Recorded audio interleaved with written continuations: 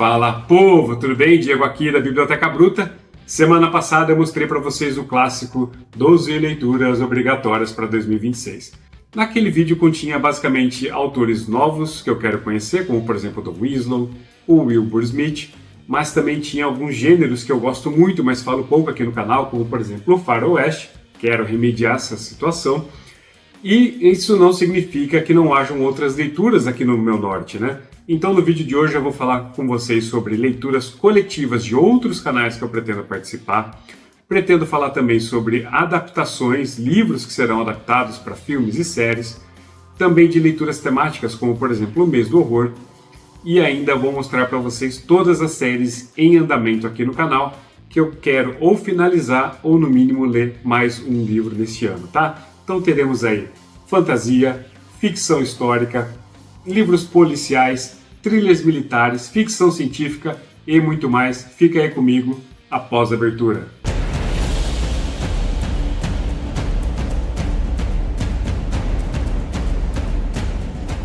Bom, galera, antes de começar, aqueles recadinhos básicos, né? Já curta, comenta, compartilha.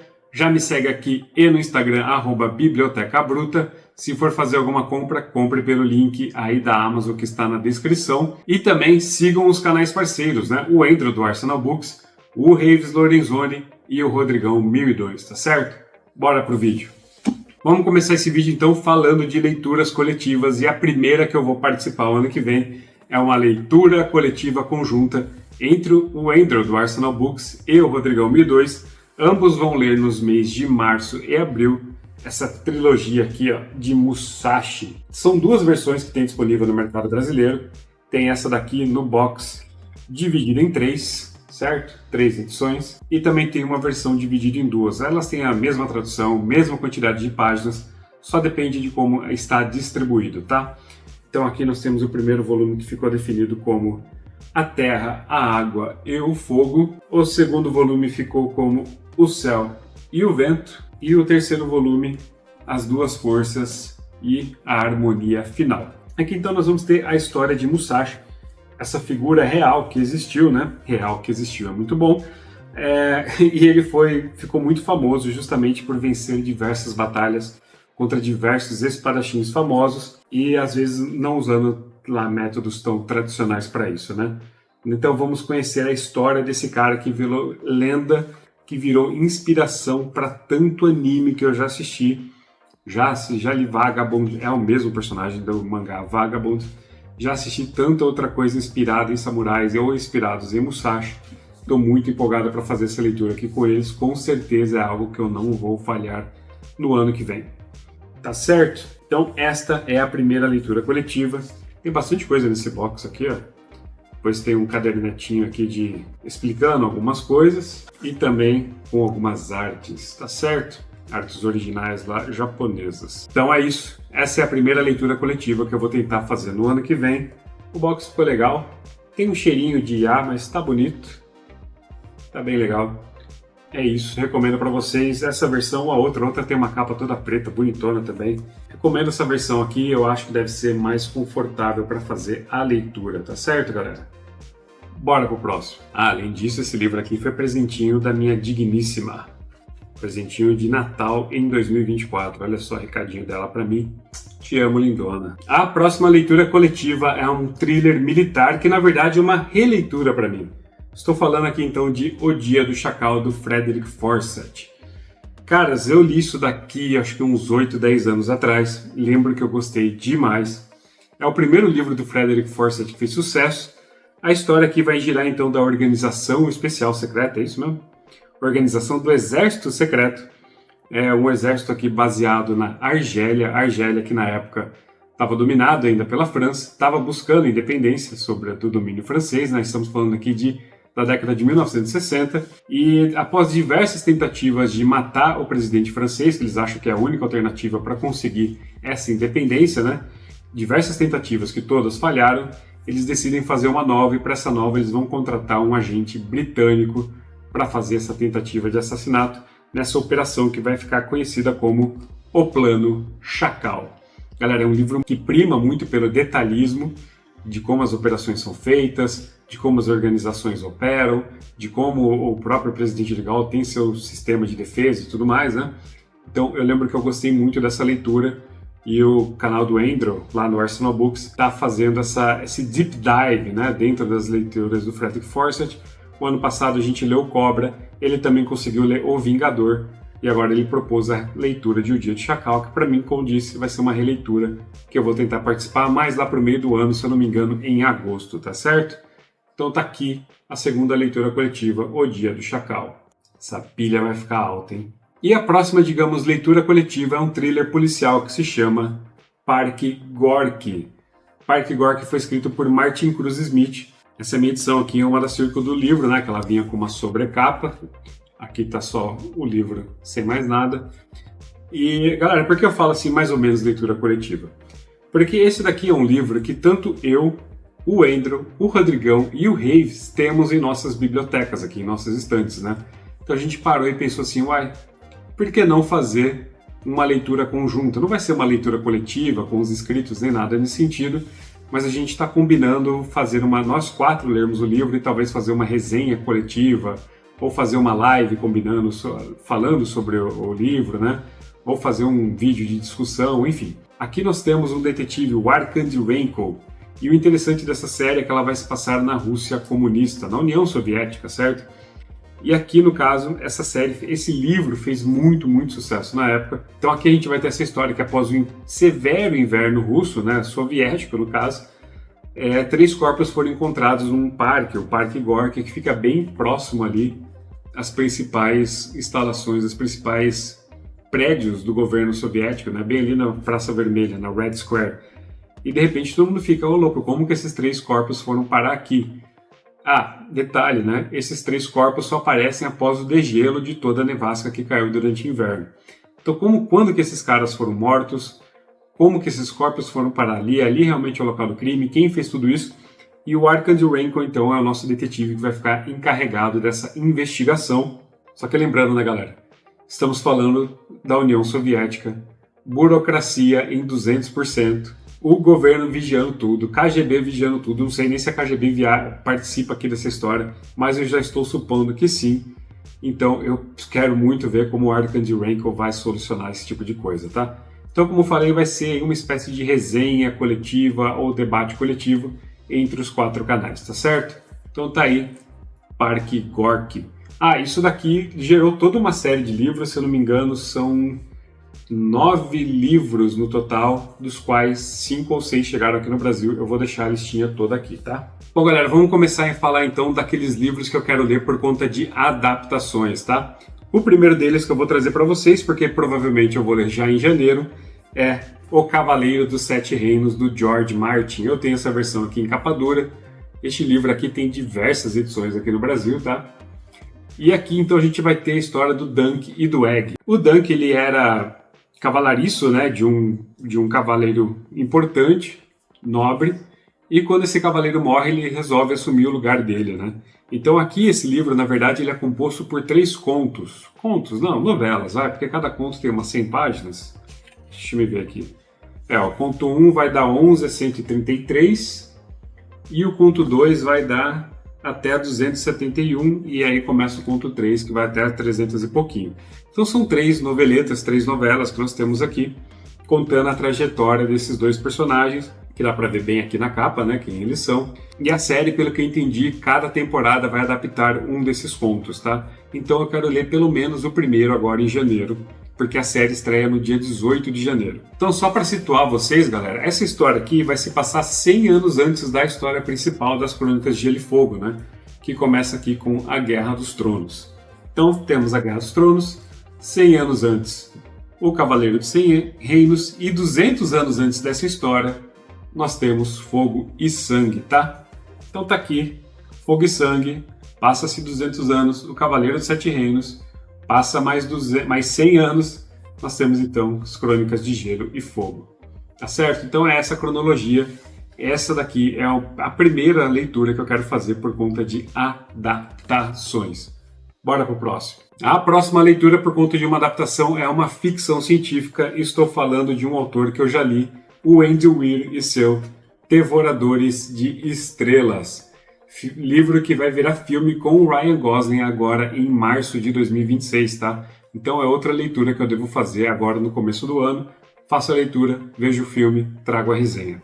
Mesma coisa aqui com o anterior, tá? Então aqui a gente vai ter a história de um personagem chamado Ryland Grace, que ele vai ser o único sobrevivente de uma expedição científica no espaço. Ele vai acordar já com 2 cadáveres ao redor dele, né? E ele vai acordar sem memória, ele não sabe por que está ali. Então conforme ele vai descobrindo o que ele tem que fazer, por que ele está ali, né? Porque a missão é vital. Não só a missão é importante, a missão é vital para o futuro da humanidade e para a sobrevivência da Terra, pois aparentemente o Sol está se apagando muito antes do tempo. Então ele vai tentar descobrir o porquê que isso está acontecendo. E no meio de tudo isso, outras coisas vão acontecer com ele. Caras, eu gosto muito do Andy Weir. Já li um livro dele, que foi O Perdido em Marte, li em 2014, se eu não me engano. Eu adorei esse livro aqui, adorei mesmo. Achei muito bom, baita porta de entrada para ficção científica. Além de tudo é engraçado, tem profundidade. E o cara conseguiu tirar aqui literalmente água de pedra no que ele fez esse livro aqui. Eu gostei muito, então estou muito empolgado para fazer essa leitura aqui de mais essa adaptação dele, tá? O filme do Perdido em Marte é legal, mas perde bastante coisa ali, né? Fica um pouquinho mais raso. O livro sempre se aprofunda mais. Então eu estou bem empolgado para fazer essa leitura aqui antes de começar a série. Se você ver o trailer, você já vai entender mais ou menos o que é isso que eu comentei como outras coisas vão aparecer ali. Outras coisas, outras pessoas. Será que dá para chamar de pessoa também? Enfim, não quero dar spoiler, mas esse então vai ser a próxima leitura por conta de adaptações, tá? Andy Weir e Devoradores de Estrelas. O próximo livro que eu quero trazer para vocês não é bem uma adaptação, mas ele vai falar do mesmo tema de uma minissérie que o Mel Gibson está fazendo. O Mel Gibson vai fazer uma minissérie sobre o cerco de Malta e por isso então eu quero ler A Religião do Tim Willocks, que vai falar sobre esse mesmo tema. Aqui, Tim Willocks vai criar a história do Matthias Tannhauser. Ele é um mercenário saxão que lutou por muito tempo pelo Império Otomano e aqui ele vai ser contratado por uma francesa, uma nobre francesa, para tentar resgatar o filho dela que está lá na ilha de Malta, que está cercada pelo exército de Solimão o Magnífico. Nós estamos falando aqui de século XVI, tá? 1560, alguma coisa assim. Tem a data aqui? Não, só fala século XVI também. Mas enfim, essa francesa então vai contratar o Matias, falando para ele, ó, vai lá na ilha, tira meu filho de lá, meu filho eu nunca conheci, foi tirado de mim quando ele ainda era um bebê e eu quero conhecê-lo antes de tudo isso acabar. E então o Matias vai sair nessa jornada, ele vai ter que entrar na ilha, achar o filho e sair da ilha. Ao mesmo tempo, Matias vai ter alguns amores, ao mesmo tempo vai ter um inquisidor que tem planos próprios para o filho da Carla e nós vamos ter também todo o embate entre Ocidente e Oriente Médio, o embate entre cristãos e muçulmanos sendo relatado neste livrinho aqui, tá? O fanatismo religioso e como isso está influenciando essa batalha. E também uma coisa legal que o Tim Willocks, ele era um médico, tá? Então dizem que isso influenciou muito as cenas de batalha dele, porque ele consegue descrever de modo bem visceral, assim, sabe? Cenas de batalhas, ferimentos, machucados, onde que tal espada entrou e saiu. Dizem que, cara, é um livro bruto, que sai sangue se você exprimir ele. Acho que eu já falei isso umas 4 vezes aqui nesse canal. Tô querendo ler esse livro aqui há muito tempo, tá? Capaz até de, se não sair essa série, eu leio esse livro aqui esse ano mesmo, porque isso daqui me empolga demais. Esta ficção histórica que terá aí, como falei, uma pseudo-adaptação, né? Não é uma adaptação, vai. Essa ficção histórica que vai retratar o mesmo momento de uma nova obra de ficção histórica do Mel Gibson. O Mel Gibson já fez coisas excelentes de ficção histórica, então eu não espero nada melhor aqui dessa vez dele e também deste livro aqui, tá certo? Então tá aí A Religião de Tim Willocks. Vamos então para aquelas leituras temáticas, estou falando especificamente do mês de horror, momento então que eu vou ler O Terror de Dan Simmons. Será o meu segundo Dan Simmons do ano, né? Porque quem viu meu vídeo de 12 obrigatórios para 2026, viu lá que eu vou ler também Hyperion, do mesmo autor. Lá já é uma ficção científica, aqui nós temos uma ficção histórica / terror, tá? Aqui vai contar então a história de 2 navios que estão tentando achar a passagem do Atlântico Norte para o Pacífico Norte, através ali do norte do Canadá, pelo Oceano Ártico, né? E, cara, essa viagem vai dar muito errado. Primeiro porque os navios já têm nomes amaldiçoados, né? Um navio chama Terror e o outro navio chama Erebus. Erebus era um deus também de pesadelo, alguma coisa nesse sentido, tá? Então você nomeia seus navios dessa forma e você não espera que vai dar merda, né? Que vai atrair azar? Puta que pariu, né? Mas enfim, esses navios então vão ficar aqui presos no Polo Ártico e a tripulação vai começar a passar ali dias, semanas, meses, até mesmo ano. E a tripulação vai começar então a enfrentar coisas como o frio extremo, doenças, o isolamento, como isso afeta o psicológico, falta de comida, até mesmo comida contaminada e, além de tudo isso, tem uma certa criatura, alguma coisa ali está à espreita e os está caçando aos poucos, tá? Essa criatura então vai começar a atormentar a vida de toda essa tripulação. O que é essa criatura? Será que eles vão conseguir sair de tudo isso? A gente só vai descobrir lendo lá no mês do horror, lá em outubro. Então tá aí, essa ficção histórica com horror, que vai se passar lá no século XIX, 1840 e alguma coisa. Estou muito empolgado para fazer essa leitura aqui, hein? A próxima leitura temática também vai acontecer em outubro, por conta do Dia das Crianças. Estou falando de A História Sem Fim, do Michel Ende. O Michel Ende que vai ter uma história sem end, mas tudo bem. Galera, isso aqui foi um presente do Clésio. Eu comentei com ele em algum momento que eu nunca mais tinha visto o filme A História Sem Fim, né? Era uma memória apenas de criança. E eu estava até com medo de rever esse filme por causa da regra dos 15 anos, né? Já faz 15 anos que você não vê alguma coisa, galera, que você não revê, esquece. A chance de você se decepcionar e estragar aquela memória afetiva é muito grande. E ele falou assim, não, cara, eu vou te dar o livro então, faz essa leitura e se eu for ler eu vou ter que assistir a adaptação. Então, cara, eu nem lembro tanto da história, por isso mesmo eu vou ler para vocês a sinopse aqui, tá? Em um antiquário, Bastian Balthazar Bucks encontra um livro que o fascina de forma mágica, A História Sem Fim. Ele lê sobre o reino de fantasia, onde o nada se propaga cada vez mais de maneira assustadora. Culpa disso é a misteriosa doença da pequena imperatriz, que precisa de um novo nome para recuperar a saúde. Este nome só pode ser dado por uma criança humana. Seria Bastian a criança capaz de salvar o reino de fantasia? Fantasia com F maiúsculo. Junto com o jovem guerreiro, Atreio, e o dragão da sorte, Fukur, ele se entrega a uma viagem na qual cada minuto importa. A História Sem Fim é um clássico da literatura alemã sobre o poder da fantasia, um best-seller mundial que foi traduzido para 44 idiomas com mais de 9 milhões de livros vendidos. Então tá aí.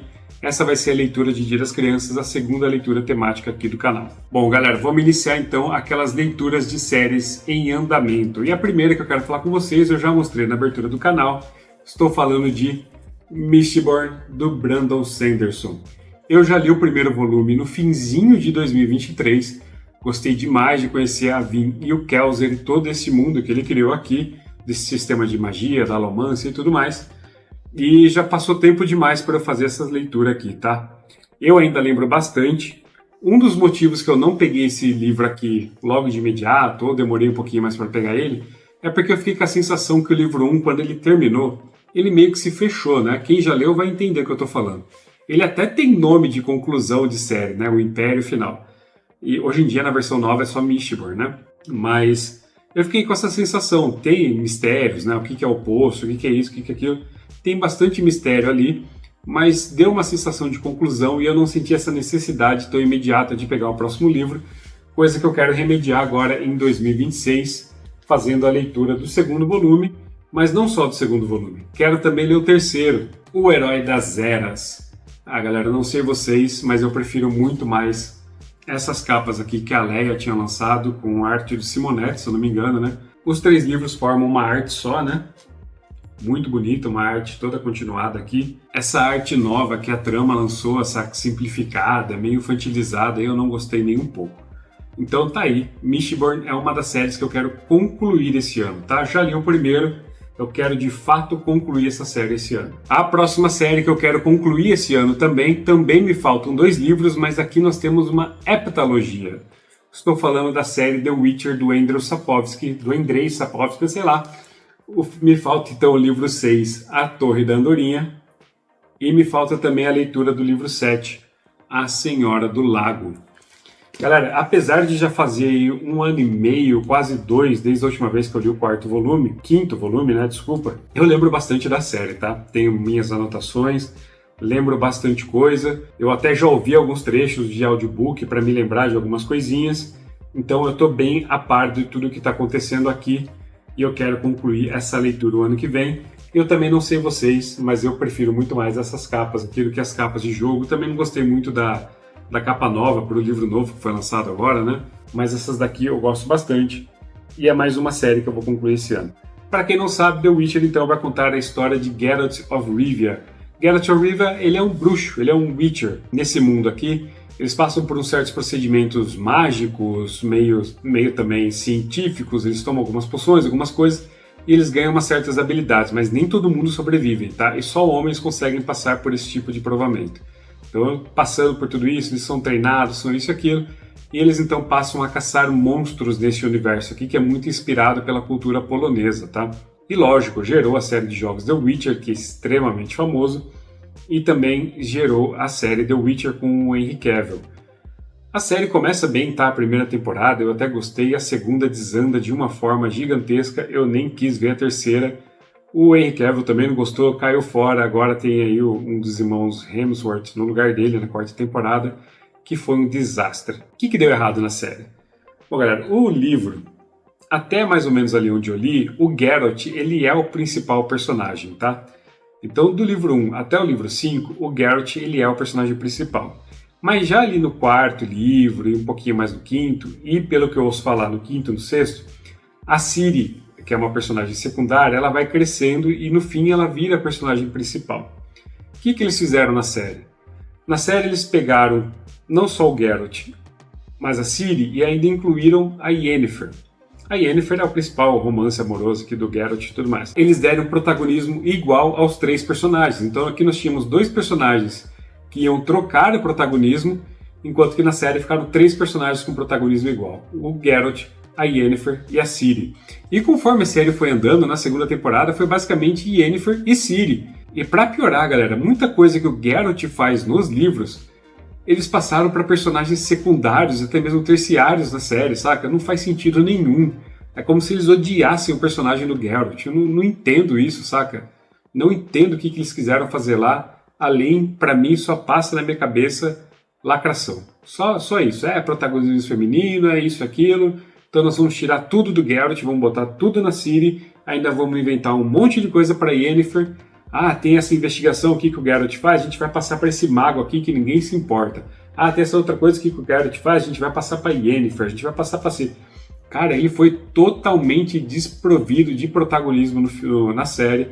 Ficou uma porcaria, ficou ruim. O próprio Henry Cavill também estava vendo isso, né? Tem um monte de coisa de bastidor que vazou, que realmente os produtores, a diretora, até mesmo as pessoas de figurino odiavam a série, tentavam ridicularizar, falavam que era machista, que era isso, que era aquilo, e por isso eles estavam tentando corrigir a série para as audiências modernas. Deu merda, né? Deu merda, claramente. Bora ficar com os livros. Então eu vou tentar fazer essas leituras aqui este ano. Vou tentar não, vou com afinco tentar concluir a série este ano. Bora pro próximo. Já não estou mais quase cabendo aqui. A próxima série é uma ficção científica. Eu estou satisfeito com ler mais um livro dela esse ano. Estou falando de A Floresta Sombria, livro 2 da trilogia O Problema dos Três Corpos, tá? O Problema dos Três Corpos eu também li ano retrasado, então também já faz um tempinho aí que eu estou precisando continuar com essa série, tá? Assim como The Witcher, assim como Mistborn. São as séries mais atrasadas que eu tenho aqui comigo. Então, o Problema dos Três Corpos falou deste problema, deste caso, onde a gente vai começar lá na Revolução Chinesa, Revolução Comunista Chinesa, e uma mulher aqui vai ver seu pai, que era um professor numa universidade, ser extremamente humilhado, surrado e morto, né, pela Revolução. Essa Revolução Comunista, na época, ele vai retratar muito bem aqui, né, o Cixin Liu, vai passar por um processo meio que de emburrecimento da ciência, né? Todo mundo que ficar usando a ciência para dizer que alguma coisa tá errada, algum pensamento dessa revolução está errado, vai ser tratado como traidor capitalista, como isso, como aquilo, né? E a gente vê algumas coisas assim hoje em dia também. E então ela vai pegar um certo ódio da humanidade ela vai começar a trabalhar nos campos, que ela vai ser mandada para lá. Ela é muito inteligente, a filha desse cara. Eu me esqueci o nome dela, tá? Mas eu vou me relembrar para a série. Chegando lá, perto de onde ela está trabalhando, vai ter lá um grande radioscópio, né? E ela vai começar a se envolver com esse projeto do radioscópio que eles estão tentando fazer. É tipo o projeto 7, né? Eles ficam apontando aquele radioscópio para diversas estrelas para ver se vem algum sinal de rádio deles. E eles estão tentando desenvolver uma tecnologia que usa a gravidade do Sol para fazer essa mensagem chegar longe, né? Até que ela tenta usar o sistema um dia sozinha e ela consegue a resposta de um outro planeta. E o cara que responde para ela desse outro planeta fala para ela assim, ó, não mande mais mensagens para cá, porque se os meus superiores descobrirem a mensagem de vocês, eles vão destruí-los. No que ela manda uma mensagem só dizendo assim, que venham. Ela quer a destruição da humanidade, ela odeia a humanidade por tudo que ela viu na Revolução Comunista. Então a série fica indo então daqui da Revolução nos anos ali 50 e 60 para o tempo presente, onde a gente vê a Terra começando a lidar com alguns problemas da vinda desses aliens, né? Porque esses aliens eles estão num planeta que está passando por esse problema dos três corpos. O que é esse problema dos três corpos? Enquanto a Terra gira apenas em torno do Sol, o planeta desses alienígenas gira em torno de 3 sóis. E um sistema de 3 sóis ele é extremamente caótico. Quando você tem apenas 2 sóis, eles até entram numa certa estabilização e você pode ter planetas orbitando ali de forma mais tranquila. Só que quando você tem 3 sóis, galera, esse sistema de gravitacional entre os 3 é extremamente errático. Então esse planeta aqui, galera, eles não conseguem ter previsão de estação, por exemplo, no ano, tá? Então pode ser que hoje está extremamente frio, mas por algum problema ali gravitacional entre esses 3 sóis, eles são puxados para perto de algum outro sol e de repente tudo se queima e os corpos deles até são adaptados para isso, né, para entrar em hibernação até que algum momento propício de novo surge. Então a civilização deles, apesar de eles evoluírem extremamente rápido, eles não conseguem ter um período de estabilidade para continuar evoluindo a civilização deles, né? Então eles estão sempre passando por um reset constantemente e quando eles descobrem a Terra eles falam, porra, a Terra tem mais ou menos as mesmas características do nosso planeta, dá pra gente usar lá e é um planeta extremamente estável. Fora que eles vão perceber um negócio, eles vão perceber uma coisa, os humanos evoluem mais devagar do que eles. Só que, para o tempo que vai demorar para eles chegarem na Terra, que serão 400 anos, os humanos estão evoluindo exponencialmente cada vez mais rápido. Se eles não fizerem nada, em 400 anos os humanos estarão mais avançados tecnologicamente que eles. Então nós temos esta corrida para ver quem chega melhor em 400 anos para essa batalha, para esse enfrentamento. Não sei se eu dei spoilers aqui, eu acho que não, é algo que a gente vai ver muito aqui no primeiro terço do livro, mas isso me surpreendeu demais. Essa ficção científica aqui do Cixin Liu foi a primeira em muito tempo que me fez parar e ir procurar o funcionamento de algumas coisas. Eu preciso dar continuidade aqui com o segundo livro.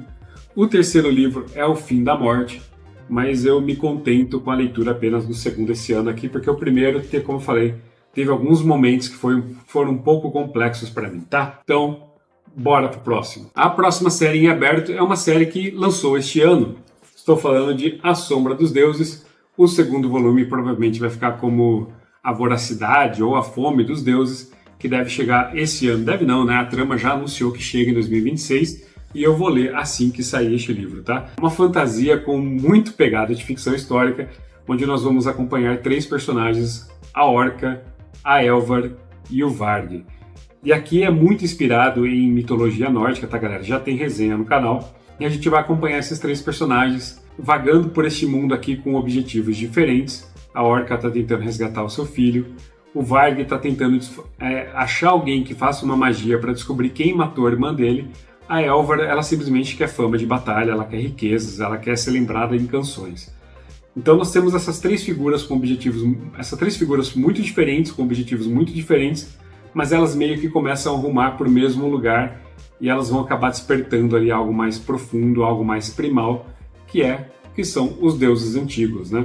Porque neste mundo aqui já fazem 300 anos que os deuses tiveram uma batalha gigantesca entre eles e todos eles morreram, ao menos é o que dizem as canções. E ao longo do tempo aqui, nossos personagens vão descobrir que há muito mais nessas canções, nessas fábulas sobre o passado. A humanidade aqui odeia os deuses, tá? Porque eles quase levaram à destruição do mundo. Mas tudo que vem deles ainda é muito valioso. Então, ossos de deuses têm muito poder, é valioso. Coisas que eles fabricaram também têm muito poder, é muito valioso. Enfim, gostei bastante disso daqui, tá? Não achei a mil maravilhas que alguns gringos comentavam, mas gostei bastante, gostei o suficiente para querer continuar essa série aqui. Com certeza eu quero ver o final desses 3 personagens, tá? Ainda mais que no segundo volume, depois de todo o desenvolvimento que a gente tem aqui, né? O segundo volume eu sei também que nós teremos mais 2 pontos de vista, né? Agora pontos de vista do lado inimigo desses personagens. Então me soou muito interessante, eu quero fazer essa leitura do segundo volume, A Voracidade ou A Fome dos Deuses. Não sei como vai ficar. Bora pro próximo. A próxima série é de um livro que eu acabei de ler, tá para sair resenha aqui no canal, ainda agora em dezembro. Estou falando de a continuação de O Aprendiz de Assassino, que no caso vai ser com O Assassino do Rei. Eu adoro essa capa, acho ela lindona. Então aqui nós temos a história de Fitz Cavalaria. Fitz é um bastardo de um rei que não teve nenhum outro filho, teve somente ele. E de repente, numa noite, o pai da mulher que teve, da mãe do Fitz, né, fala: mano, cansei, o avô do Fitz, no caso, cansei de cuidar desse moleque, ele dá muito trabalho, digamos, financeiramente, né, para alimentar, para cuidar, para vestir, etc. E se o pai dele é o príncipe, então o pai dele que cuide dele, larga o moleque lá no portão, o moleque é levado para dentro, passa a ser criado pelo responsável pelos estábulos, então ele começa a conviver ali com os animais. Ele vai descobrindo que ele tem um certo poder chamado manha, que ele consegue se comunicar, se conectar com esses animais, né, quase virar um com eles. E ele também vai descobrir que ele pode mexer com uma outra tipo de magia chamada talento, que é uma magia mais da nobreza. Até que um momento o vô dele, o rei, vai tomar mais ciência da existência dele, né, vai falar: a gente precisa usar esse moleque para o nosso lado. E aí o Fitz vai começar a entrar nesse treinamento para se tornar um assassino. Cara, olha, foi uma leitura longa e o primeiro livro tinha 500 páginas, esse daqui já tem quase 800, né, 700 e pouquinho, 730 páginas mais ou menos. E olha, galera, vou dizer uma coisa para vocês, eu gostei muito mesmo do primeiro livro, vocês vão ver a resenha logo logo.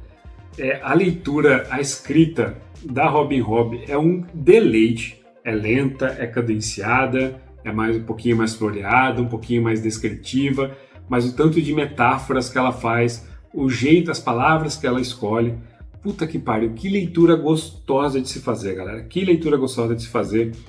E eu sei que algumas pessoas têm problemas com Fitz, falam até que fica pior lá no terceiro livro, mas eu achei tudo o que acontece com ele aqui muito condizente com a idade dele, né? Estamos falando de uma criança de 6, acho que ele termina, que eu me lembro, ele termina o livro ali perto dos 14 anos, né? Então eu achei tudo muito condizente, tá? Então eu tô muito empolgado para ler esse ano aqui O Assassino do Rei. Não vou conseguir ler os outros 2 aqui desse volume, são muitos calhamaços, mas tá aí pro próximo ano.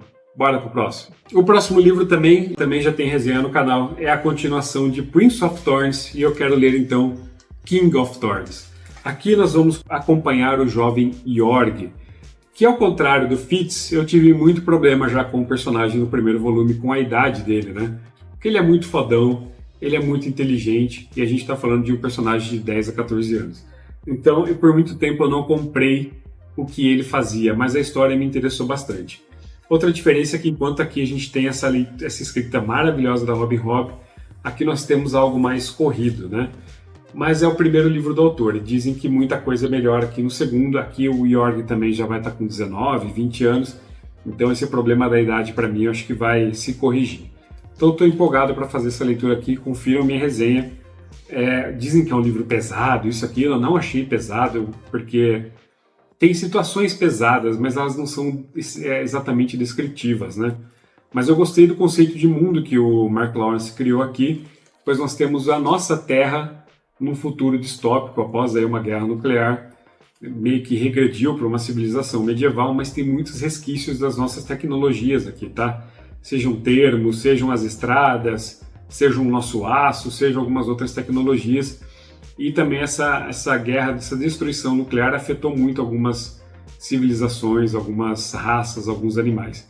Então eu gostei muito desse universo criado por ele e quero tentar fazer a continuação aqui esse ano com King of Thorns. Outra série em aberto aqui no canal é a saga de Drizzt. Eu já li a primeira trilogia de Drizzt, composta ali pelos livros Pátria, Exílio e Refúgio, já tem resenha aqui no canal.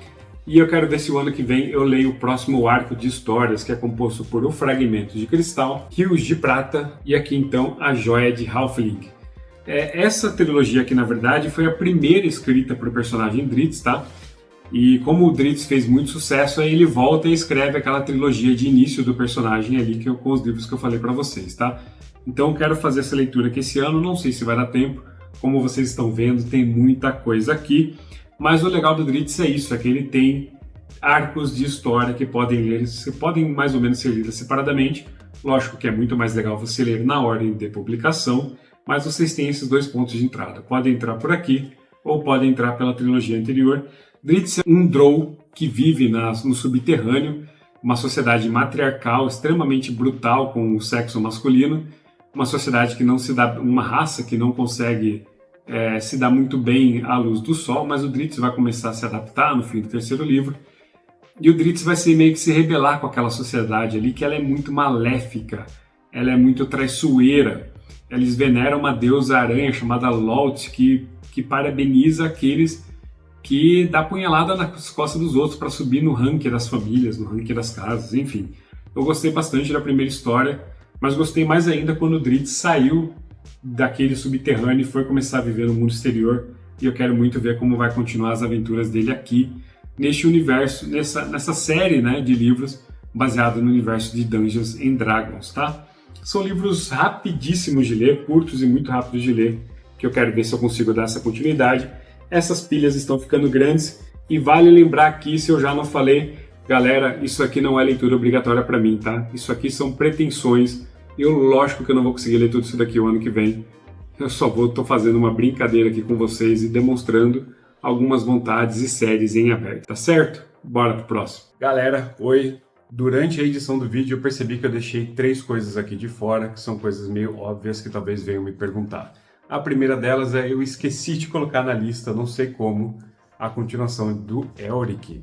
Pô, minha fantasia favorita esse ano, com certeza vou continuar essa leitura no ano que vem, tá? Então, imaginem esse livrinho na pilha ali. Não mencionei o Explorador de Masmorras, porque durante a gravação do vídeo eu ainda estou na metade, né? Nessa edição aqui também. Então não sei qual vai ser o saldo final, se eu vou querer continuar essa série. E se eu nem terminei essa, eu muito menos comecei a série do Mago, tá? Então se eu não comecei Mago Aprendiz, não sei se eu vou gostar, por isso eu também não coloquei Mago Mestre na lista, tá? Feito esses adendos, vamos voltar pro vídeo. Valeu! Meu Deus, eu já não estou mais cabendo aqui. Saindo então da literatura fantástica, vamos para a literatura policial, e estou falando principalmente do autor Michael Connelly. Estou lendo todos os livros lançados pelo autor em ordem de lançamento, em ordem de publicação. Este ano, por exemplo, eu li O Último Coiote, tem resenha já no canal. O próximo livro dele que eu quero ler então é O Poeta. Aqui nós vamos ter um outro personagem do autor, né? Por enquanto eu só li histórias do Harry Bosch. Aqui nós vamos ter então histórias do Jack McAvoy. Jack McAvoy é um jornalista que vai se deparar então com a morte do irmão. O irmão então aparentemente se desviveu, e fazendo uma matéria ali sobre quantos policiais faziam isso, o irmão dele era um policial, sobre o quanto isso é comum acontecer com policiais, ele começa a investigar alguns outros casos em que isso aconteceu para a matéria que ele está escrevendo, e ele começa a perceber algumas similaridades no caso do irmão dele com outros, e ele vai perceber que na verdade, muito provavelmente o irmão dele foi assassinado por um assassino em série de policiais. E ele vai começar a investigar essa história, e esse assassino em série vai ficar conhecido como o Poeta, porque ele vai descobrir que esse assassino também deixa trechos de poema do Edgar Allan Poe nas cenas de crime, tá? Então eu estou muito interessado em fazer essa leitura aqui, e também dele continuar na série Harry Bosch com O Último Blefe, mais uma história de investigação do personagem, tá? Então, mais 2 Michael Connellys para o ano que vem. No mínimo. Continuando nos thrillers, caramba, eu não tenho mais espaço aqui.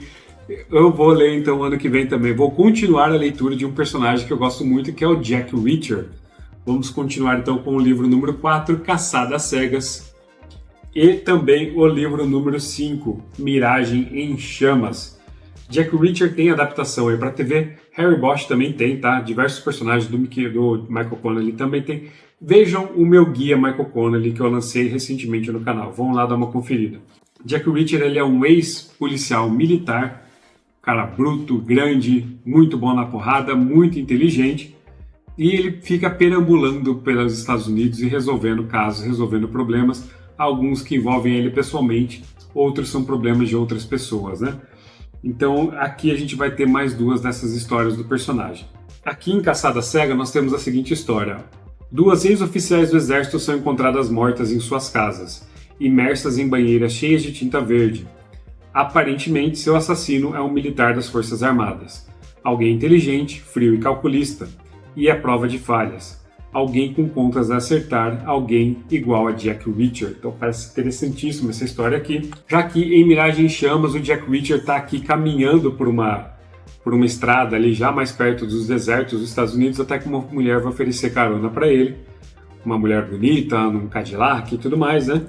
E de repente ele vai começar a conhecer a história dessa mulher, vai saber que o ex-marido dela está saindo da prisão, esse ex-marido dela também está fazendo algumas coisas com a filha dela, está mantendo essa mulher sob chantagem, está mantendo essa filha sob refém, uma família toda desastrada, e o Jack Reacher vai se envolver com isso, tá? O primeiro livro foi bom, o segundo livro é excelente, o terceiro livro eu achei melhor que o primeiro, mas ainda abaixo do segundo, ele dá uma certa queda.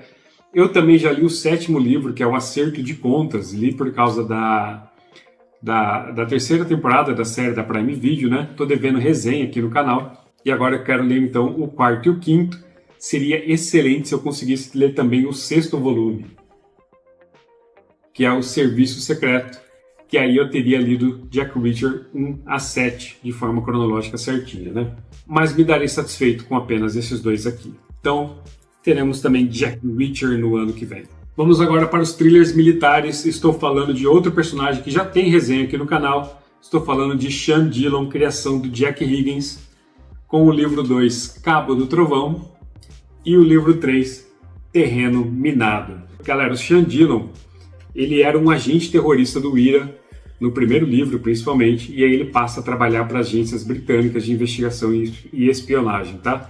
Aqui no segundo livro, por exemplo, ele vai tratar uma história, ele vai ser recrutado aqui para resgatar alguns documentos que vão ser encontrados num submarino lá no Cabo do Trovão.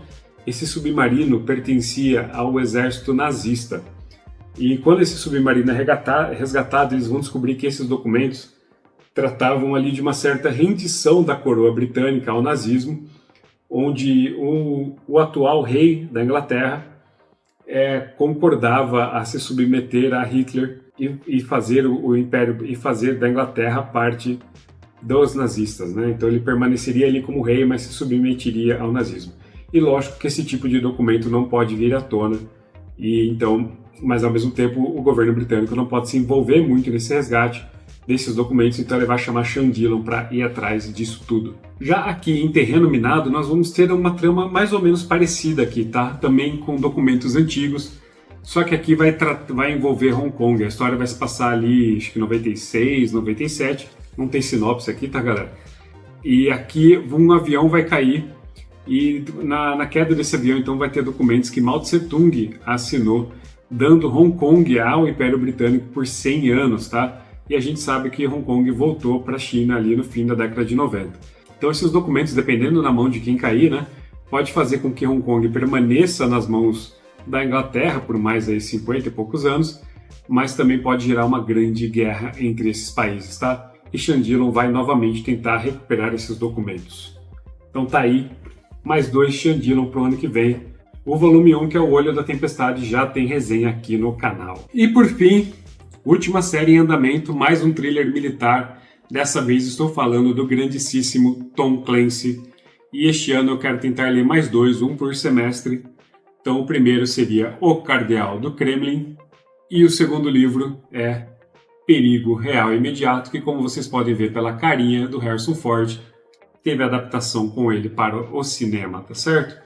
Este ano aqui já li e tem resenha no canal A Caçada ao Outubro Vermelho, que é o livro 1 da série do Jack Ryan, e já li e estou devendo resenha para o canal do livro 2, Jogos Patrióticos, tá? Vou tentar trazer essa resenha agora em janeiro, talvez em fevereiro. Resenha atrasada, mas não sonegada, hein? Aqui em Cardeal do Kremlin, se eu me lembro bem, a gente vai ter uma história de um dos principais informantes do governo americano durante toda a Guerra Fria, chamado aqui simplesmente de O Cardeal. Ele vai começar a ter suas informações um pouquinho vazadas e o KGB, a União Soviética, vai começar a rastrear quem que é esse informante. Ele está na alta cúpula soviética, tá? Então Jack Ryan, que estava lá na Rússia, na União Soviética, para fazer alguns tratados, vai começar a se envolver para tentar também ele descobrir quem que é esse informante, porque mesmo os Estados Unidos não têm muita certeza, e tentar resgatar esse cara a tempo, tá? Já aqui em Perigo Real Imediato, nós vamos ter uma história, eu já quase não estou cabendo atrás dos livros, uma história aqui onde um amigo muito próximo do presidente dos Estados Unidos vai ser assassinado por narcotraficantes, tá? Isso vai deixar o presidente atual enfurecido e ele vai autorizar algumas missões ilegais, vai autorizar missões ilegais por baixo dos panos lá nas selvas colombianas para atacar esses narcotraficantes, destruir refinarias e tentar aí bagunçar todo o procedimento de produção e exportação de heroína, cocaína, de drogas, enfim. E nisso a operação vai dar muito errado, vai começar a cair merda no ventilador e esses soldados vão ser abandonados na selva colombiana. Jack Ryan é um analista e ele está aqui analisando dados, certo? Ele começa a ver que tem dinheiro sendo drenado para algum lugar oculto e ele começa a descobrir sobre toda essa operação. Aí ele vai se juntar a outro personagem muito importante aqui na série do Jack Ryan, que é o John Clark. E John Clark, que teve adaptação aí em um filme pela Prime Video, né, chamado Sem Remorso, tem um livro também chamado Sem Remorso. O Andrew tem resenha deste livro, aliás, confiram lá. Então os dois vão se juntar para tentar resgatar esses soldados que estão lá na selva colombiana, ao mesmo tempo que o Jack Ryan vai ficar dividido aí se ele expõe toda essa operação do governo americano, né, entre seu patriotismo e entre o que é certo e errado. Parece muito, muito interessante esse catatalzinho aqui, ó. Parece pequeno, mas isso aqui é pesado, tem umas letrinhas nesses livros, galera, que olha, vou te contar, viu? Então, galera, é isso. Quase fiquei soterrado de livros. Lembrando mais uma vez, né, galera, isso daqui é tudo uma grande brincadeira para vocês terem mais ou menos o norte de para onde o canal está rumando no ano que vem. Porque se a gente for somar, ó, 1, 2, 3, 4, 5, 6, 7, 8, 9, 10, 11, 12, 13, 14, 15, 16, 17, 18, 19... 20, 21, 22, 23, 24, 25, 26, 27, 28, 29, com mais os 12 obrigatórios, são 41 livros para ler o ano que vem.